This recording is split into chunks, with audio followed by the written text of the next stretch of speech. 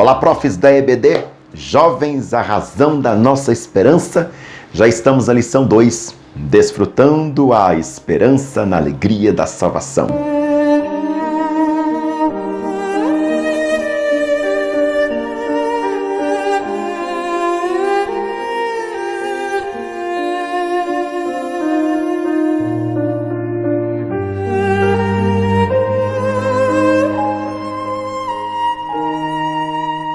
Tema belíssimo. O texto do dia diz, abre aspas, bendito seja o Deus e Pai de nosso Senhor Jesus Cristo, que segundo a sua grande misericórdia nos gerou de novo para uma viva esperança pela ressurreição de Jesus Cristo dentre os mortos. Fecha aspas, 1 Pedro 1,3.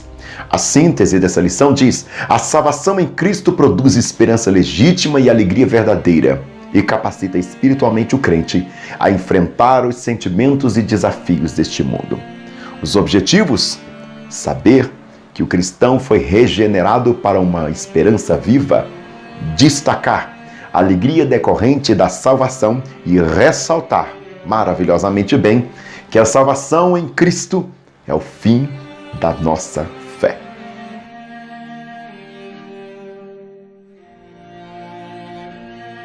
Texto bíblico, 1 Pedro, capítulo 1, verso 3 ao 12. Bendito seja o Deus de nosso Senhor Jesus Cristo, que segundo a sua grande misericórdia nos gerou de um novo para uma viva esperança pela ressurreição de Jesus Cristo dentre os mortos, para uma herança incorruptível, incontaminável e que não se pode murchar, guardada nos céus para vós, que mediante a fé estáis guardados na virtude de Deus para a salvação. Já fostes guardados para se revelar no último tempo, e que vós grandemente vos alegrais, ainda que agora importa, sendo necessário, que estejais por um pouco contristados com várias tentações, para que a prova da vossa fé, muito mais preciosa do que o ouro perece e é provado pelo fogo, se ache em louvor e honra e glória na revelação de Jesus Cristo, o qual, não havendo visto, a mais, no qual, não vendo agora, mas crendo, vos alegrais com gozo inefável e glorioso, alcançando o fim da vossa fé, a salvação da alma, da qual salvação inquirarão e tentaram diligentemente os profetas que profetizaram da graça que vos foi dada, indagando que o tempo ou ocasião de tempo, o Espírito de Cristo que estava neles indicava, anteriormente testificando os sofrimentos que a Cristo haviam de vir e a glória que lhes haviam de seguir, aos quais foi revelado que não para si mesmo, mas para nós, eles ministravam essas coisas que agora vos foram anunciados por aqueles que pelo Espírito Santo, enviado do céu, vos pregaram o Evangelho, para as quais coisas os anjos desejavam bem atentar. Vamos para o comentário, a introdução.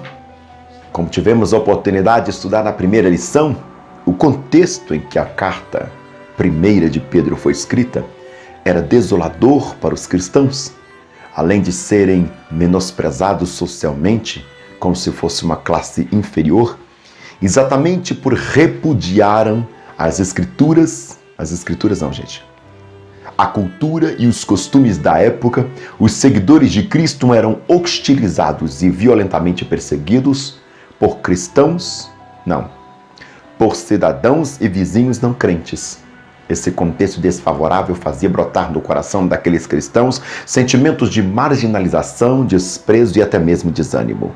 Era preciso revigorar neles a esperança viva e a alegria verdadeira decorrentes da salvação em Cristo. Pedro faz isso logo no início da sua carta, tema do estudo de hoje.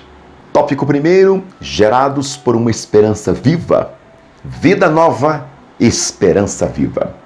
Pedro introduz a sua carta com um ato de gratidão, bendizendo a Deus por ter nos gerado novamente para uma viva esperança. Capítulo 1, verso 3. Ninguém é capaz de nascer espiritualmente pelos seus próprios méritos. João 3, 3 a 9.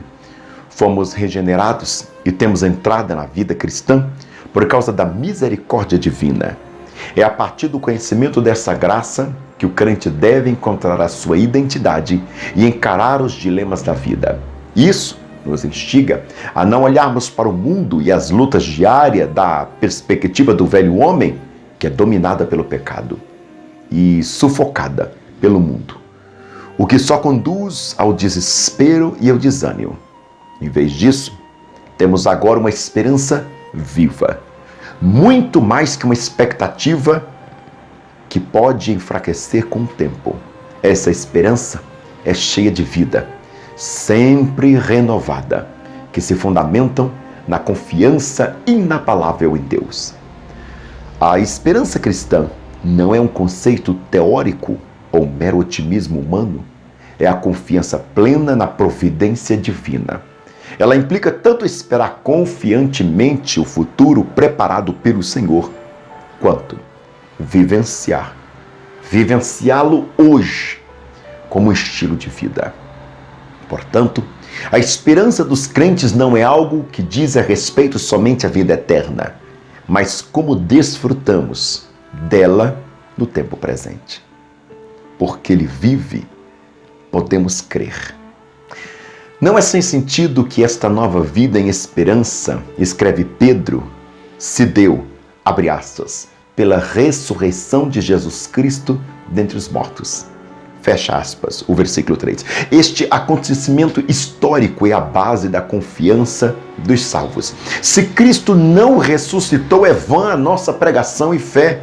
1 Coríntios 15, 14. Mas uma vez que Ele ressurgiu dentre os mortos, ao terceiro dia, podemos confiar.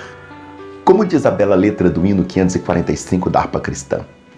Porque Ele vive, posso crer no amanhã, porque Ele vive, temor não há, mas eu bem sei, eu sei que a minha vida está nas mãos do meu Jesus, que vivo está.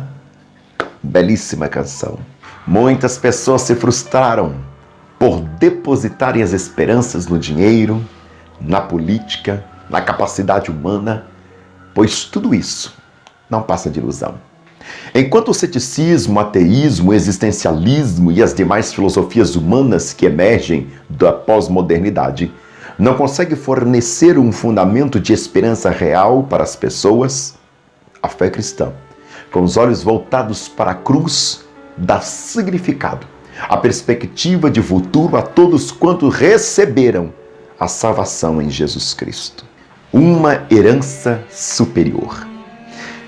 A seguir, o apóstolo da esperança revela que a salvação aponta para uma herança sublime com 3 atributos especiais.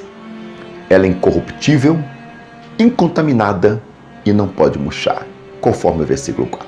Trata-se de uma esperança incomparável, imensamente mais valiosa que os bens e os tesouros deste mundo, os quais perecem, são maculados, desintegram facilmente. Tiago 5, do 1 ao 3, Lucas 12, 19 e 20. Por meio desta palavra, o Espírito de Deus quer mostrar ao cristão quão precioso é estar em Cristo e aguardar nele as bênçãos celestiais da salvação. Colossenses 3, 24, Efésios 1, 18. Deus nos concedeu uma herança indestrutível que nem o mundo ou as condições desfavoráveis. Pense, não confunda autoajuda com esperança cristã. Pela autoajuda, o homem olha para dentro de si em busca de respostas. Na esperança, olhamos para Jesus Cristo, autor e consumador da fé. Um ponto importante: a fé cristã dá significado à vida e perspectiva de futuro a todos quanto recebem a salvação em Jesus Cristo. Vamos para o tópico 2, a alegria da salvação. Alegria no sofrimento. A salvação não produz somente uma herança futura, mas também alegria presente. Versículo 6. Enquanto vive nessa terra, o cristão pode desfrutar de todas as suas bênçãos, inclusive Alegria verdadeira. Salmo 35, 9, 68, 3, 1 Tessalonicenses 5, 16. Essa alegria não se confunde com o estado de euforia ou com o sentimento de prazer passageiro.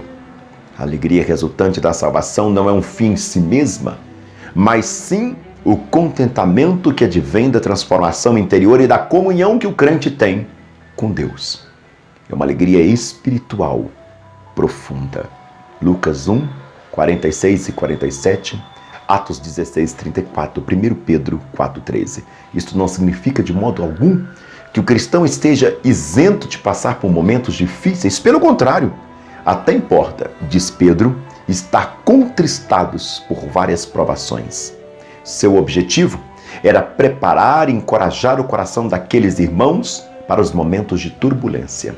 O homem sem Deus persegue sem sucesso algum tipo de alegria para a sua vida. Mas a alegria não pode ser achada. Nós somos achados por ela. A fé que é provada. As perseguições que os cristãos daquela época suportavam eram intensas devido ao compromisso com Cristo. Pedro tinha convicção disso, assim como sabia que a tendência da perseguição era aumentar conforme o tempo. Considerando que os valores de Cristo se contrastam com os do mundo, os discípulos de Jesus serão hostilizados e perseguidos, sempre que se mantiverem fiéis aos ensinos do amado Mestre.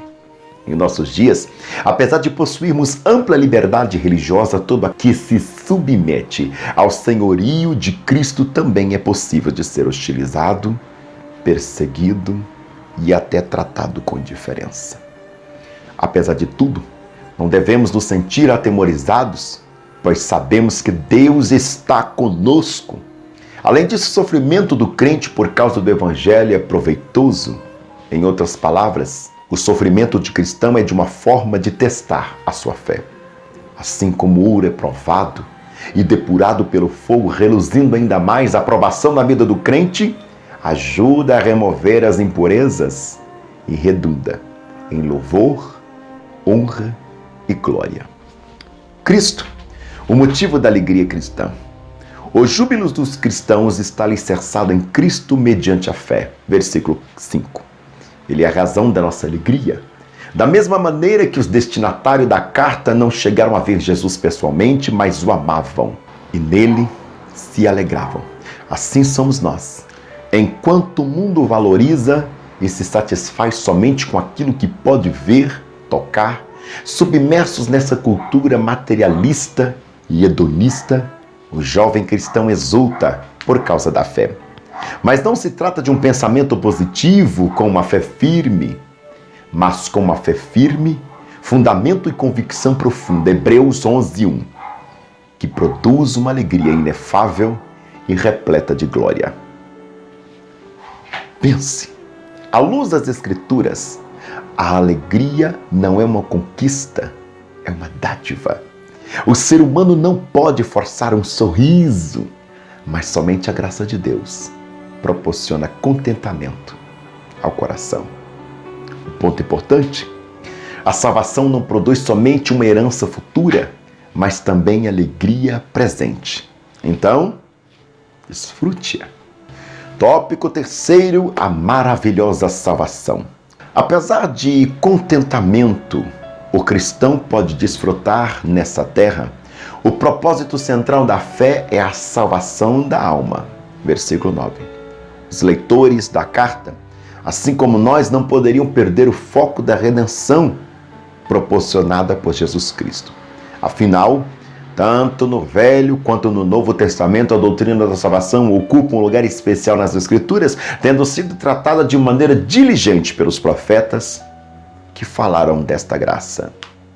É por essencial, portanto, aceitarmos que esta tão grande salvação, como alerta a carta aos Hebreus, em Hebreus 2:3, isso significa valorizar a morte dolorosa e vicária de Cristo no Gólgota, assim como exercê-la com temor e tremor. Filipenses 2:12, com uma conduta digna de alguém que foi justificado e absolvido da condenação eterna. A salvação é pela graça. O verso 10 deixa transparecer que a salvação é pela graça, do grego charis.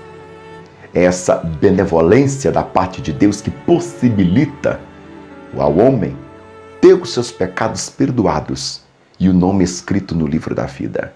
O apóstolo Paulo também reforça essa verdade ao escrever, abre aspas, pela graça sois salvos por meio da fé.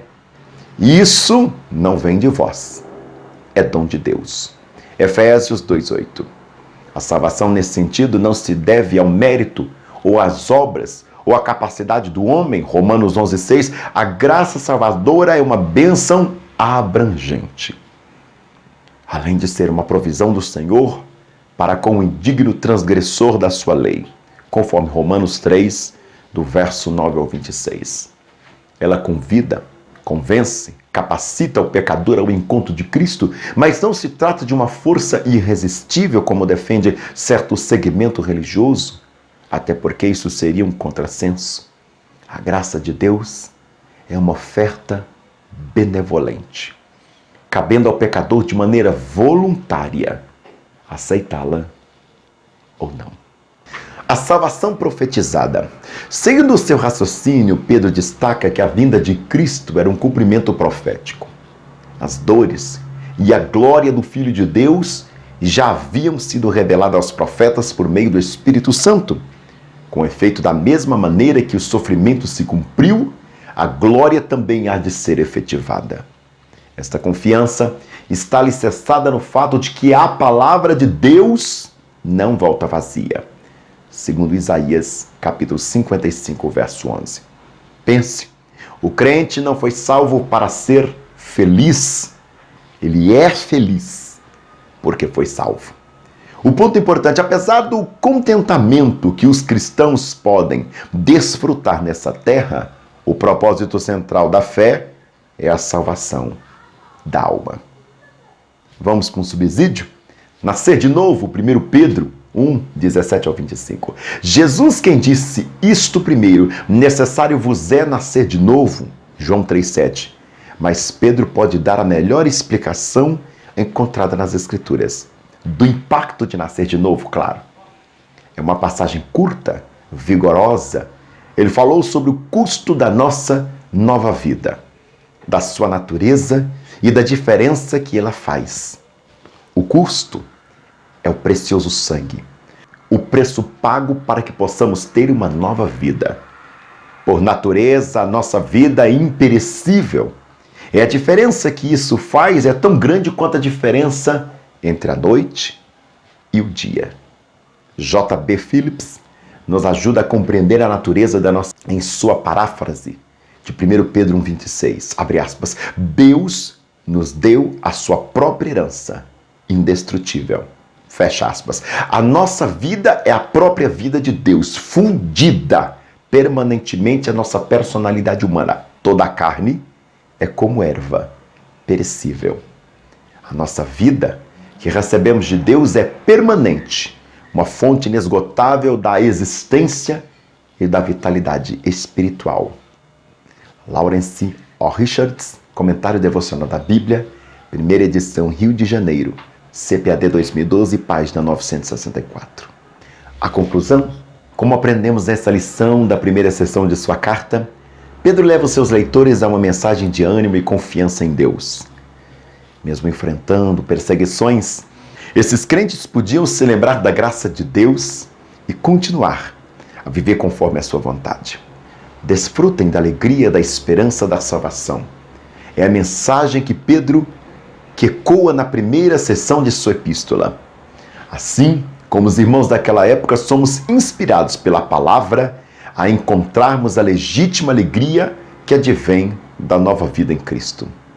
Em tempos de desânimo e desespero, os salvos têm razão para viver de maneira esperançosa e alegre. Não deixe de colocar aqui embaixo as suas considerações. Tchau.